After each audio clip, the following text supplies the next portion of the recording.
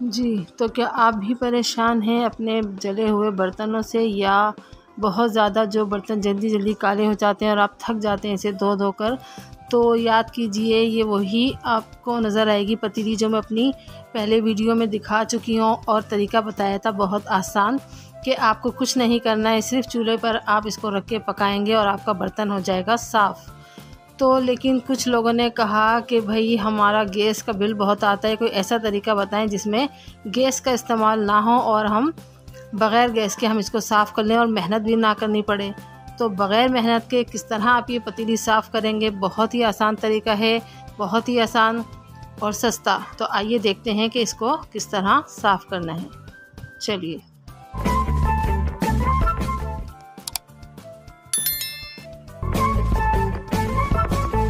अस्सलामुअलैकुम, कैसे हैं आप सब? उम्मीद है सब अपने अपने घरों में खैरियत से होंगे। अल्लाह पाक आपको और हमें हमेशा खुश रखे, आमीन अल्लाहुम्मा आमीन।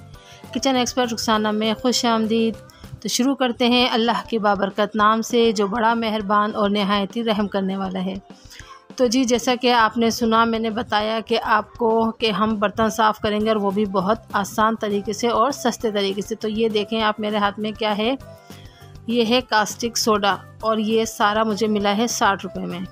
ठीक है, तो 60 रुपये में, और हम बिल्कुल थोड़ा सा यूज़ करेंगे, यानी कि सिर्फ 2 से ढाई चमचे हम यूज़ करेंगे और हमारा काम हो जाएगा। तो आप खुद ही अंदाज़ा लगा लें कि ये कितना सस्ता होगा।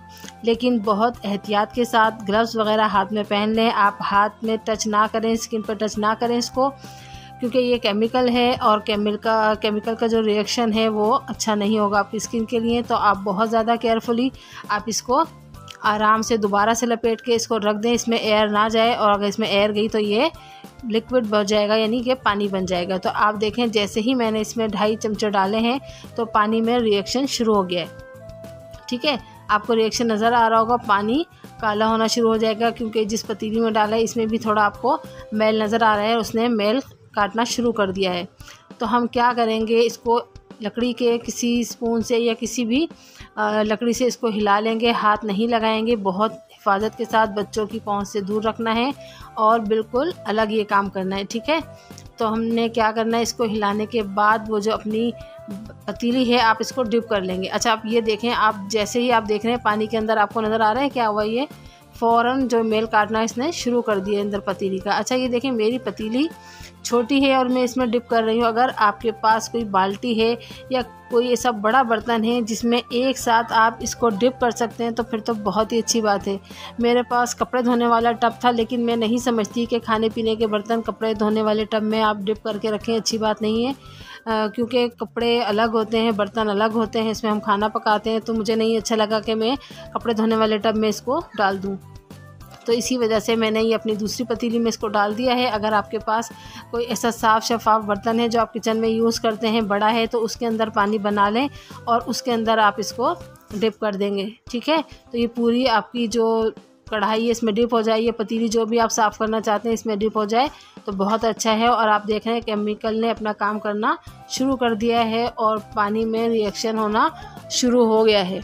तो आप बिल्कुल इस चीज़ का ख्याल रखिएगा कि हिफाजत के साथ आप इसको डालें। मेरा दिल चाह रहा है कि मैं जल्दी जल्दी से इसे देखूं कि ये कैसा काम कर रहा है, और आपको भी नज़र आ रहा है, लेकिन हमें थोड़ा सा करना पड़ेगा सब्र, और सब्र करने के बाद ही जो है आपको रिज़ल्ट मिलेगा अच्छा। ठीक है, तो आप इसको छोड़ दें, तकरीबन आधे घंटे के लिए छोड़ दें, 20-25 मिनट के लिए, जितना आप समझते हैं कि इसको रख सकते हैं आप इसको रख लें, और बिल्कुल इसको हाथ नहीं लगाएंगे। ठीक है, इसको छोड़ दें, आप इसको अपना काम करते रहें। और ये देखें, जब मैंने देखा है इसको कुछ देर बाद, तो इसका रिएक्शन आप देख रहे हैं कैसा है। पानी में ऊपर सारा गंद आ गया है और मेल ही मेल आपको नज़र आ रहा है, बग़ैर कुछ किए, बग़ैर हाथ लगाए अपना काम हो रहा है, बर्तन साफ़ होता जा रहा है। अब हम क्या करेंगे कि इसको फिर हम थोड़ा सा पलट देंगे, यानी कि ग्लव्स वगैरह पहनेंगे, ग्लव्स पहन के हाथ नहीं लगाएंगे इसको, और थोड़ा सा हम इसको चेंज कर देंगे जगह, ताकि दूसरी जगह भी साफ़ हो जाए। और हम देखते हैं कि इसके अंदर की पोजीशन क्या है। ठीक है, तो ग्लव्स पहन लेती हूँ मैं, ये ग्लव्स मैंने पहन लिए हैं, और अब हम इसको देखते हैं कि इसकी क्या पोजीशन है। तो ये देखें, ओ नो, ये तो पूरी हो गई है काली। तो क्या ये साफ़ हो जाएगी? मुझे भी नहीं पता कि ये क्या होगा इसका, या तो आर या तो पार। हम करके देखेंगे। और अगर ये ख़राब हो गई तो मैं आपको हरगिज़ ये मशवरा नहीं दूंगी कि आप ये काम करें, लेकिन अगर ये साफ़ हो गई तो फिर मैं आपको ज़रूर कहूँगी कि आप ये काम कर लें, ठीक है। तो अभी हम देखते हैं, अभी कुछ कह नहीं सकते कि क्या होगा। तो मैंने इसको टर्न कर दिया है और इसको हम इस तरह ही छोड़ देंगे। जितनी देर हमने ऊपर का छोड़ा था इतनी ही देर हम इसको नीचे भी रख के छोड़ देंगे। और उसके बाद देखते हैं कि क्या होता है, साफ़ होती है नहीं होती है, क्या होती है, फिर उसके बाद मैं आपको बताऊंगी, ठीक है। तो वेट करते हैं और वेट करने के बाद फिर मैं आपको दिखाऊंगी। ये तो बिल्कुल हो गई है ऊपर से काली, और इसी तरह हम यहाँ भी इसको छोड़ देंगे। तो जब कुछ देर बाद मैं दिखाती हूँ कि हमारा रिज़ल्ट कैसा रहा। तो पानी तो काफ़ी ज़्यादा आप देख रहे हैं कि गंदा हो चुका है। तो अब हम क्या करेंगे, बस हम इसको निकाल लेते हैं और अपना काम शुरू करते हैं कि इसको साफ़ करके देख सकें। तो बस काफ़ी है, इतना अच्छा खासा पानी ये गंदा हो गया है, बस इससे ज़्यादा नहीं रखते। पतीली अच्छी खासी काली हो गई है, देखते हैं कि साफ़ भी होगी या नहीं। चलिए अब हम क्या करेंगे, ये जो पानी है इतना अच्छा, ये केमिकल पानी जो है केमिकल वाला, इसको ज़ाया नहीं करेंगे, बल्कि हम क्या करेंगे, अपने जो चूल्हे की जो जाली वगैरह होती है, काफ़ी सारा इसमें गंद लगा होता है, तो ये भी हम इसमें डाल देते हैं ताकि पानी ज़ाया ना हो, बल्कि इसके अंदर ये पड़ी रहेंगी तो ये भी साफ़ हो जाएंगी, ठीक है। इसको आप चाहें तो ओवरनाइट भी इसको छोड़ दें, रात भर इसको डाल दें और सुबह आप देखेंगे तो ये भी अच्छा खासा साफ़ हो चुका होगा। तो इसको हम भिगो देते हैं और बाकी हम काम करते हैं अपनी पतीली के ऊपर कि हमें क्या करना है और किस तरह हमें इसको साफ़ करना है। तो पतीली पे हमने अच्छी तरह से साफ़ पानी को बहा लिया है ताकि कोई इसमें केमिकल बाकी ना रहे। अब आपको पता है ग्लव्स पहन के काम करना बड़ा मुश्किल होता है, तो इसलिए पानी अच्छी तरह इस पर बहा लें और फिर हाथ से हम अपना काम करेंगे। आप देख रहे हैं पतीली लग नहीं रहा कि ये साफ़ हो जाएगी, लेकिन हमें अपना काम शुरू करना है और फिर रिज़ल्ट देखना है। तो इसके अंदर हम डालेंगे काला ऑयल, जिसका ज़िक्र मैंने अपनी पहली वीडियो जो बनाई थी बर्तन साफ़ करने की उसमें भी किया था, उसका लिंक मैं आपको दे दूँगी। तो ये देखें इसमें हमने काला ऑयल यानी कि सल्फोनिक एसिड हमने डाल दिया है और वो देखें रिएक्शन भी होता हुआ नज़र आ रहा है। तो इसको हम क्या करेंगे, मोटा तार वाला जो जूना है उससे लेंगे और काम करना शुरू करते हैं और दुआ करते हैं कि हमारी पतीली साफ़ हो जाए। और ये देखें हो रहा है ना जादू, बिल्कुल मैजिक। आप इसको घुमाते जा रहे हैं और बग़ैर किसी मेहनत के पतीली आपकी होती जा रही है साफ़। बस यही मुझे देखना था, या तो मैं समझी थी कि पतीली गई बेकार हो गई या फिर काम में आ गई। तो ज़बरदस्त, कुछ भी नहीं मेहनत करनी पड़ी मुझे, कोई ज़ोर ज़बरदस्ती इसके साथ नहीं करनी पड़ी, बहुत ही आसानी से सिर्फ ये डाला और बर्तन आपका साफ़ होना शुरू हो गया। जैसे कोई अंधेरे से दिन हो जाता है ना, रात में एकदम उजाला हो जाता है, बिल्कुल पतीली ऐसे साफ़ होती जा रही है और मुझे मेहनत करने की ज़रूरत नहीं, बहुत ही आहिस्ता हल्के हाथों से मैं ये काम कर रही हूँ। हाँ, जहाँ ज़रूरत होगी वहाँ हम ज़ोर भी लगा देंगे और तेज़ी से इसको बर्तन को साफ़ करेंगे। अब जो बीच में हल्की सी लाइन है इस पर थोड़ा सा हम वज़न दे के साफ़ कर लेंगे। वैसे पूरी पतीली बहुत ही आराम से साफ़ हो गई, कोई मसला हुआ ही नहीं, मुझे ज़रा सा भी मेहनत नहीं करनी पड़ी। पतीली की हालत आपने देखी थी कि कितनी बुरी थी। तो जैसे ही हमने इसमें सल्फोनिक एसिड डाला और पतीली साफ़ होना शुरू हो गई। तो बिल्कुल इसी तरह से हम पूरी अंदर से पतीली साफ़ कर लेते हैं और उसके बाद हम अपनी पीछे वाली पतीली को भी इसी तरह से साफ़ करेंगे। इसको मैं ऐसा करती हूँ कि मैं ऊपर रख लेती हूँ, आपको दिखाने में थोड़ी मुश्किल हो रही है और ये काम करने में भी मुश्किल है। तो इसको हम रख लेते हैं थोड़ा सा ऊपर ताकि आपको आसानी से नज़र भी आ सके और काम भी मेरा आसान हो जाए। इसकी हालत आप देख सकते हैं कितनी बुरी हो रही है, अंदर से कितनी अच्छी हमने ये साफ़ कर ली है। बिल्कुल इसी तरह हम क्या करेंगे, पीछे भी अपना सल्फोनिक एसिड डालने के बाद इसको इसी तरह से रगड़ेंगे और इंशाल्लाह हमारी पीछे से भी पतीली ऐसे ही साफ़ हो जाएगी, ठीक है। तो अब ये देखें कि हमने पलटना है इसको और पीछे से साफ़ करना है। ये देखें कितनी जली हुई है कि अगर हम हाथ से साफ़ करते कभी भी नहीं होनी थी इतनी आसानी से साफ़। तो ये बस हमने डाला इसमें सल्फोनिक एसिड और हम लगाएंगे इस पर तार वाला जूना और जादू होना शुरू हो गया। देख रहे हैं आप कितना आसान है, वरना तो हाथ का खाना ख़राब हो जाता है इसको रगड़ रगड़ के, लेकिन इसको साफ़ नहीं होना था।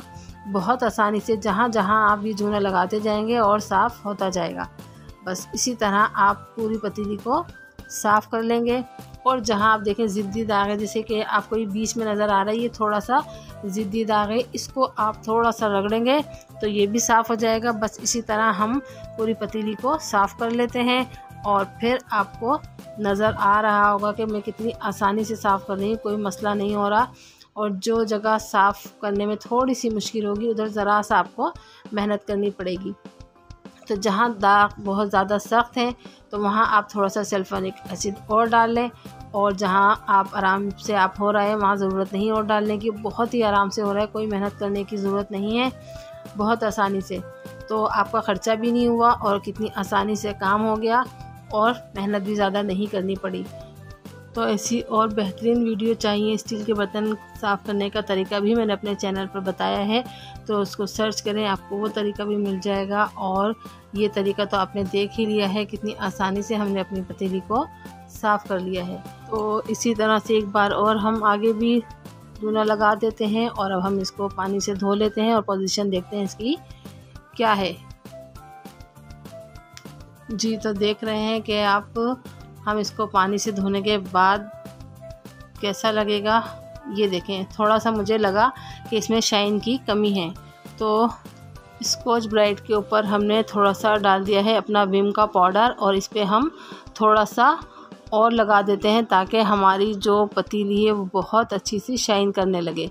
ठीक है, और जो इसमें थोड़ा सा चिकनाई है वो भी हट जाएगी और उसके बाद हमारी पतीली हो जाएगी रेडी और शाइन वाली। तो अगर वीडियो आपको पसंद आई है तो इसको लाइक करें, शेयर करें, चैनल को सब्सक्राइब करें, और अगर मेरे चैनल पर नए हैं तो बेल आइकन को ज़रूर दबा दें ताकि मेरी हर आने वाली वीडियो आपको सबसे पहले मिल सके। तो बहुत ही आसान तरीका था और बहुत ही आसानी के साथ हमारी पतीली चमक गई है, और इसी तरह आप अपने सारे बर्तन भी साफ़ कर सकते हैं। तो वीडियो देखने के लिए बहुत बहुत शुक्रिया। फिर मिलेंगे बहुत ही अच्छी सी रेसिपी में। और हाँ, अगर आपको मेरी स्टील के बर्तन वाली रेसिपी चाहिए, रेमेडी चाहिए, तो मैं इसका लिंक दे दूँगी डिस्क्रिप्शन में, आप उधर देख लीजिएगा, आई बटन में दे दूँगी, वहाँ देख लीजिएगा।